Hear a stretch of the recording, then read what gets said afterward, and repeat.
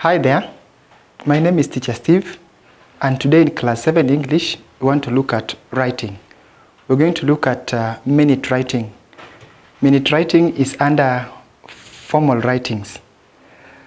Good.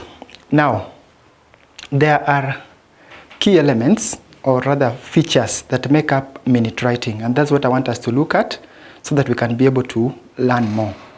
But before that, let me say that when we have meetings, it is wise that we put a record so that in the next meeting, we can always remember what we discussed or agreed on. And that is the purpose of minute writing. Usually, in meetings, there is a chairperson, secretary, and other officials. So it is the work of the secretary to write down the minutes of a meeting. And so, that is why we learn how to write what? Minute writing.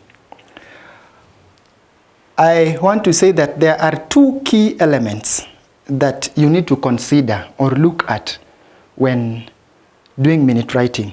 Number one is the format. The format, or what some people call layout, is very important. And number two, the language that we use when writing minutes. So let's start by looking at the format. In the format, there are 5 areas. Area number 1 is the title. All minutes have titles. Number 2, attendance. Number 3, agenda. Number 4, resolutions. Number 5, signing. I will explain each. So let's start with the title. When writing a title of minute, there are some things that you have to indicate. And let's see, we learned that from the example that I have here. Minutes of Nifunze English Club meeting held on 23rd May 2020 in the school hall at 2 p.m. I want you to note that number 1, the title of the minutes is written in capital letters. So it is important that you note that while writing the title of any minute, it has to be in capital letters and also underlined. And then there are some 4 other things that I want us to look at also. Number 1 is minutes of Nifunze English Club. This is a group of boys and girls who have a club. They call it Nifunze English Club. So it means the title should feature the name of the group that is meeting. Name of the group that is meeting. Assume it was a minute of a different club, like let's talk about environmental club. So it means perhaps they are coming from a school called Nifunze. So we can say instead minutes of Nifunze Environmental Club. So it is important that when doing the title, you indicate the group that is meeting, the name of the group that is meeting. Number 2, you must also indicate the date. Like in our title, the meeting was held on 23rd May the year 2020. Number 3, you should indicate the time of meeting. Like here in the example that we have, these boys and girls were meeting at 2 p.m. And number 4, it is important that you indicate the venue or the place where the meeting took place. So, like in our case, we have this group meeting in the school hall. So those are features that must appear in your title. I have said you do the title in capital letters, underline it. And in the title, you include the name of the group that is meeting. You also put the date, you put time, you put also venue. So when you do that, then it means that your title is good and correct. Another thing that I want us to look at is the attendance. Attendance is part of the format. Key number 2, we're looking at attendance. Attendance here refers to, attendance is the list of the members present in the meeting. Not necessarily, attendance shows the list of those who are present and those who are absent in the meeting. And usually, they are given some subtitles. Attendance. Present. Present here refers to those members of the group or the club who were in the meeting when deliberations or discussions were being made, we write them under the list of present. So after the title, you write attendance, then you go to present. So there you list the members present, starting with the officials of the meeting. Perhaps the chairman or the chairperson comes first, and then other members, other officials like the secretary and the rest can follow like that up to the end. Usually when a meeting is called, could be there are members who are not able to make it to the meeting. They send apology. It means they agree with the discussions, that deliberations that will be made in the meeting, only that they were not there in the meeting. Those members who sent apologies are normally written under absent with apology. Absent with apology. Some secretaries have seen they do just write absent. They just write apology. They just write apology. It means that the list of members under that title apology are members of the meeting who are not able to make it, but they requested or asked for permission to be away. Number 3 is absent.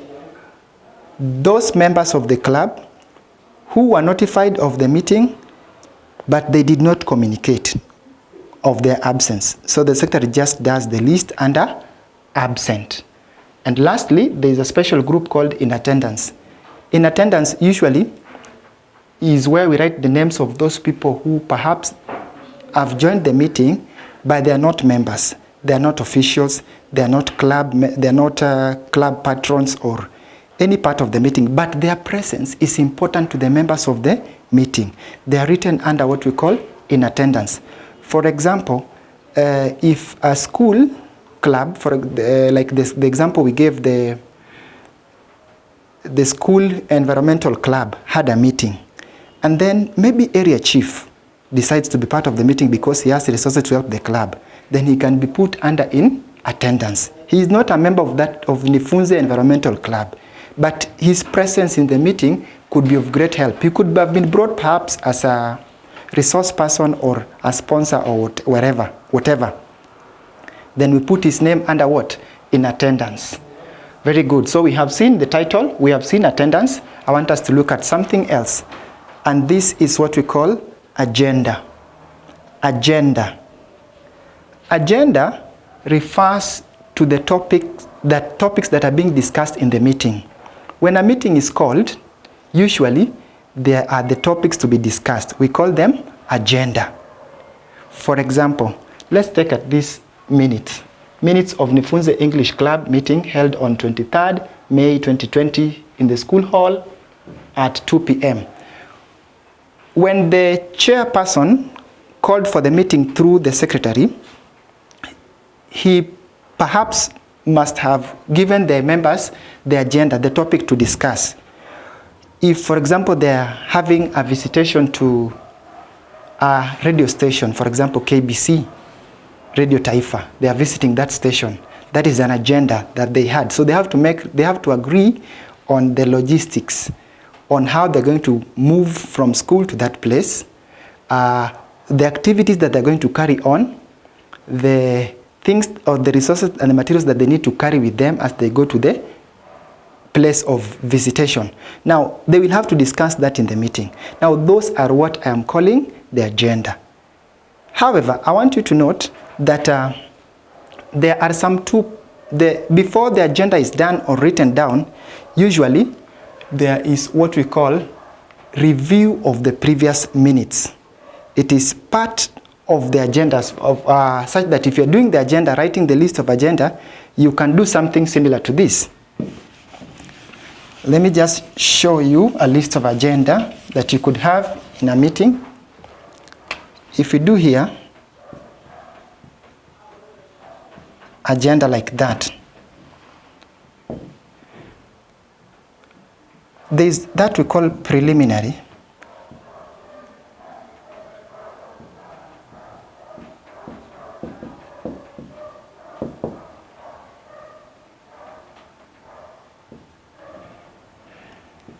And then there's review of the previous minutes.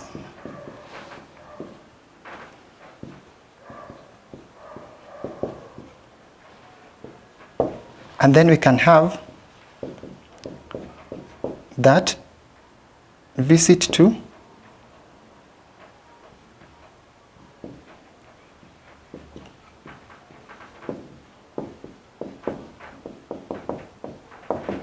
KBC radio station. We could have another agenda. Let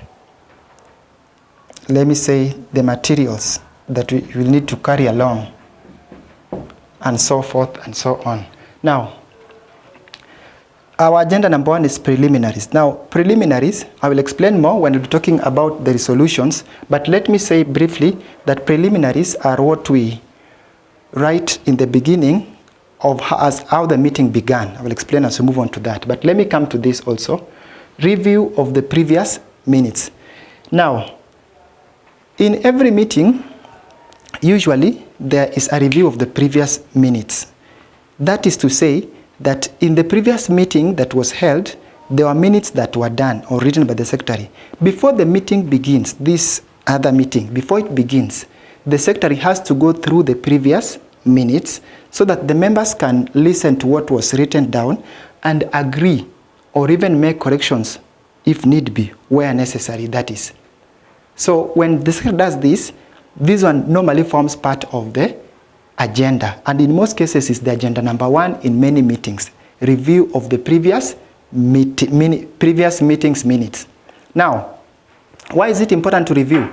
Because maybe in the previous meeting there was an assignment that was given to 1 or 2 members that they need to give back a report or a feedback. It is through the review of the previous minutes that the members can be able to know and make a follow-up on whether the assignment was done or not. Again, if the members perhaps had forgotten what they discussed or deliberated on in the previous meeting, then it is through the review of the previous minutes that they come to speed with the issues to be discussed. So it is a very important agenda, and I'm saying in very many meetings, review of the previous minutes form agenda number 1.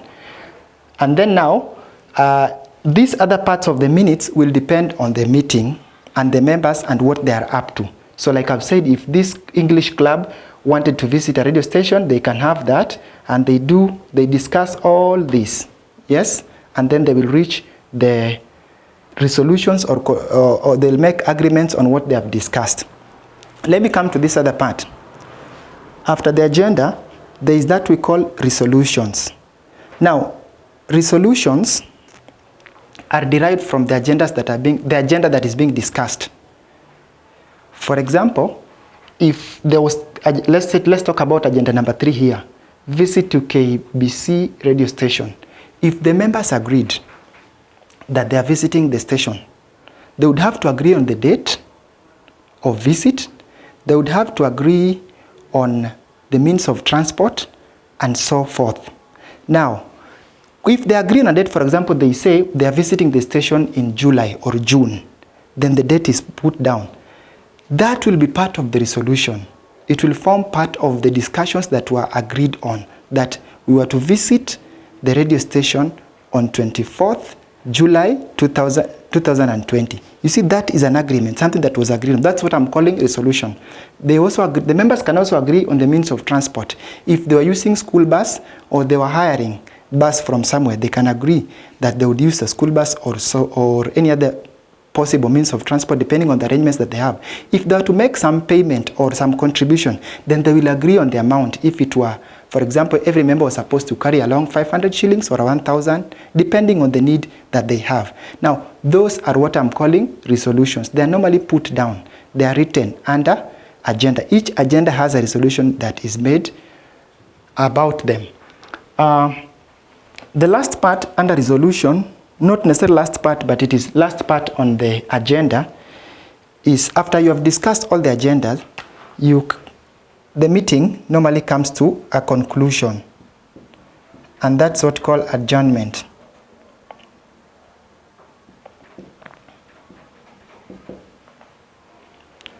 Adjournment, just how the meeting ended.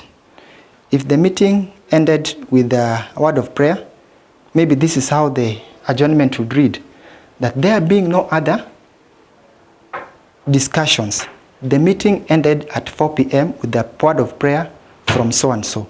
That is just telling us how the meeting ended.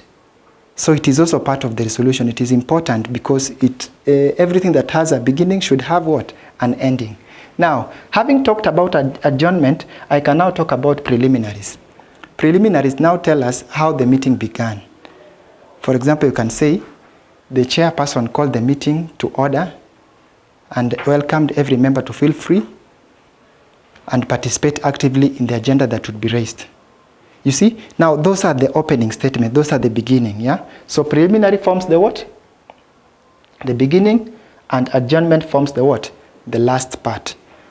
There is also another part that I want us to look at briefly, the signing. Minutes, when they are written, this is an official document, such that if there is any reference to be made, then it has to be from the what? From the minutes. So this is a document that has to be signed on against the chairman and the secretary have to sign against the minutes just to make it an authentic document. Now, this is what you need to know, that minutes are not signed immediately after the meeting. Usually, they are signed in the next meeting. In the next meeting, that's when the minutes are signed. Why does it have to be so?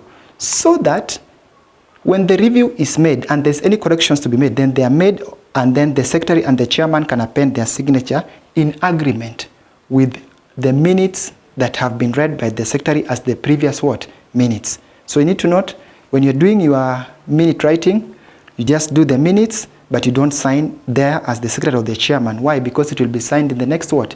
In the next meeting. So I think that is what basically minute writing entails. If you can remember these key points here, then you will be able to write or do a better minute. I want to say briefly about the language. Minute writing, when it is done, the language is official, number one. When I say official language, I mean it has to be formal English, not any other. And then number two, it is normally written in reported speech. You report what was written, because when the secretary is writing, he reports. He records in reported speech. For example, if the minutes are being written now, and I were the secretary, I am supposed to write, the meeting began at 2 p.m. with the word of prayer. Look at my statement. The meeting began at 2 p.m. with the word of prayer. This I write now, but you see it is in past tense. It is in reported what? Speech. Yes? Something else that we can say, for example, if we had an agreement on how much money was supposed to be contributed by every member, I would write, members agreed to contribute 500 shillings each towards the trip. Members agreed to contribute 500 shillings each towards the trip. That statement is in reported form. It is reporting something that happened. But when you're doing the minutes, that's how you write. So that when it is read in the next meeting, on the next minute's review, then it appears like whatever happened took place in the what? In the past tense. Having said that, I think now you have a better picture or a clear review of how minutes writing is done. Maybe I would encourage you to look out on some other resource materials that have samples or examples of minute writing, and then you can better your writing skills. Otherwise, for now, bye-bye.